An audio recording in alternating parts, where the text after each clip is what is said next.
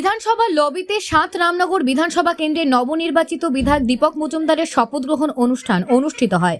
উপস্থিত ছিলেন মুখ্যমন্ত্রী ডক্টর মানিক সাহা, বিধানসভার speaker Biswabandhu Sen, deputy speaker সহ অন্যান্যরা।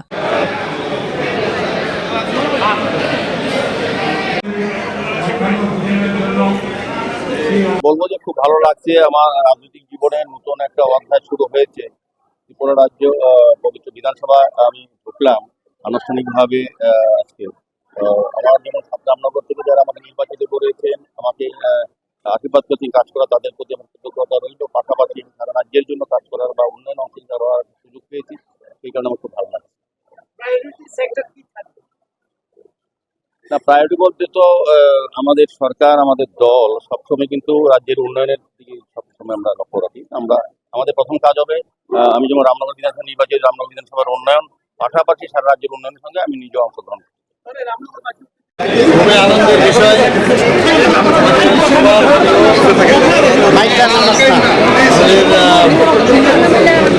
আগরতলা মিউনিসিপাল কর্পোরেশনের মাননীয় মেয়র রামনগর বিধানসভা থেকে উনি বিপুল ভোটে জয়যুক্ত হয়ে আমাদের ত্রিপুরা অ্যাসেম্বলির মেম্বার হয়ে আজকে এখানে এসেছেন এবং শপথ নিয়েছেন।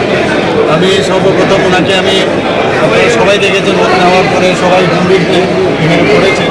ওনাকে আমি স্বাগত জানাচ্ছি, ওনাকে শুভেচ্ছা জানাচ্ছি এবং আগামী দিন এই অ্যাসেম্বলির আরও বেশি করে তার সমৃদ্ধি হবে ওনার সহায়তায়, আমি নিশ্চিত।